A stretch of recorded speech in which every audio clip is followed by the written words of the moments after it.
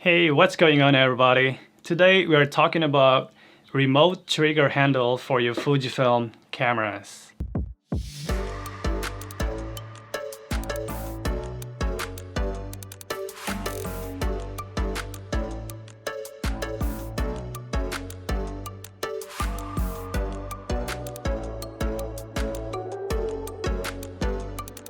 So what I have here with me is the Fuji X-T4 with the 16 to 55 lens attached to it, a SmallRig cage and a left side handle. And with this setup, I can comfortably shoot a handheld video without having the need for another handle on the right side. However, the moment I start adding the top handle with a monitor attached to it, such as with this setup and this, and even more so when I have the matte box attached to the lens as well, the rig starts getting a little bit heavy, and that is when I feel the need for a side handle on the right side. Here is a setup where I would use a right side handle. I have a Ninja V monitor attached to a top handle, and notice how if you're just using a ordinary handle or just a regular handle, what happens is that after you frame your shot, you would have to let go of the handle and then press the record button on the camera, and I don't want that because to me that almost defeats the purpose of why I would use a side handle. And so I started looking into the market for a handle that would also serve as a remote trigger at the same time. And I have found two. One is from Tilta. The thing with this though is it's proprietary, which means that in order to use it, you would have to buy the Tilta cage as well. And because I already have a SmallRig cage, I opted not to go for it. The second one is from SmallRig, and currently they have two offerings.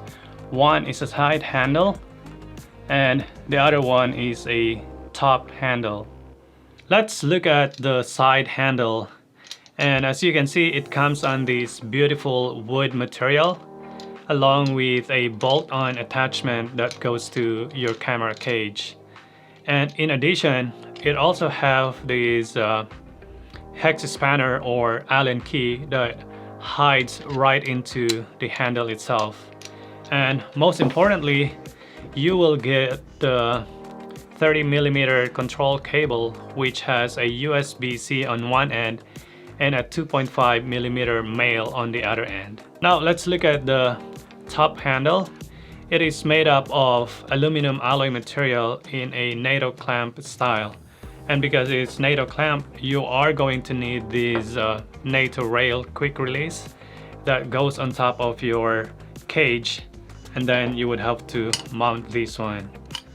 One other good thing about this top handle is that it allows for a variety of mounting options, and that would include a 1/4-20, a cold shoe mount, as well as Airy style mounting. And so yeah, you have plenty of options there. And then of course, it also comes with the 30mm control cable, just like the side handle. Here is a setup where I would use the two handles at the same time. As you can see, not only does it allow for a more comfortable handling, but now I am able to start and stop recording from either the top or from the side without having to touch the camera body. In addition, one other advantage of using the two handles at the same time is the ability to transfer the cable, the control cable, from the top to the side or from the side to the top handle, and be able to start and stop recording from there. So what do I think about these remote trigger handles? Well, first of all, they're both very well made, and I highly recommend them just because they do exactly what they're meant to do. Now with that though, there are a couple of things that I would like to point out. And the first one is that both of these handles doesn't allow for half press autofocus. So if you press the trigger right here, then immediately it would go to start recording.